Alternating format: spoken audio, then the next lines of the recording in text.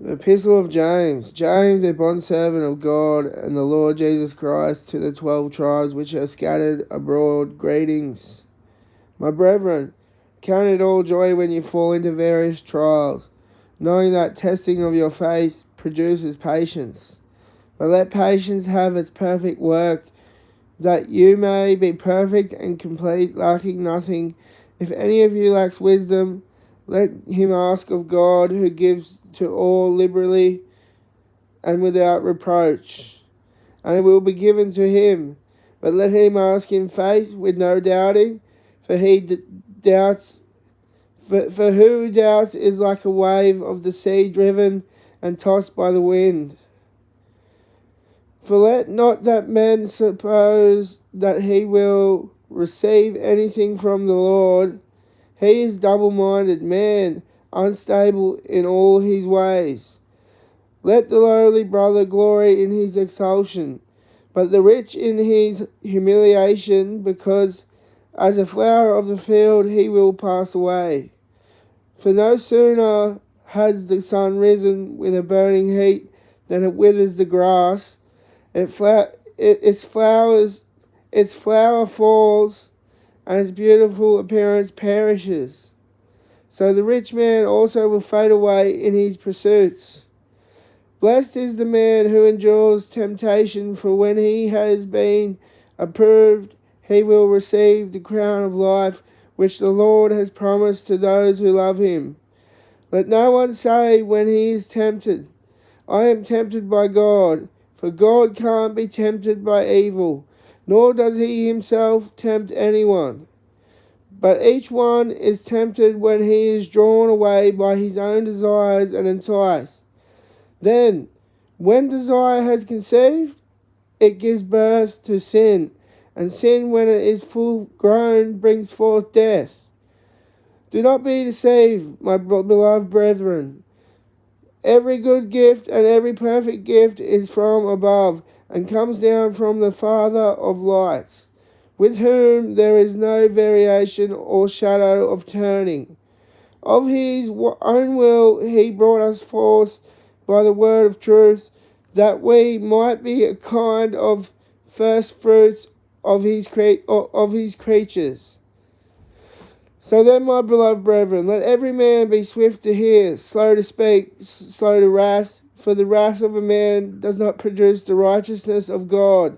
Therefore lay aside all filthiness and overflow of wickedness, and receive with meekness the implanted word, which is able to save your souls.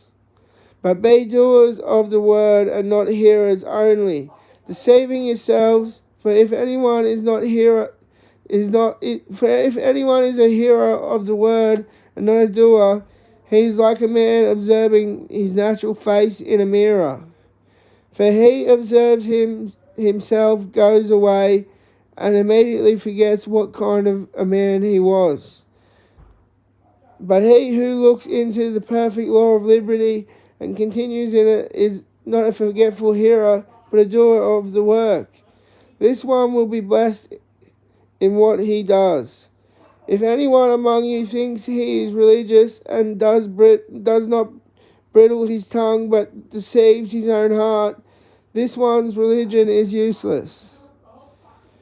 Pure and unidentified religion before God, pure and undefiled religion before God and the Father is to visit orphans and widows in their trouble, and to keep oneself unspotted from the world.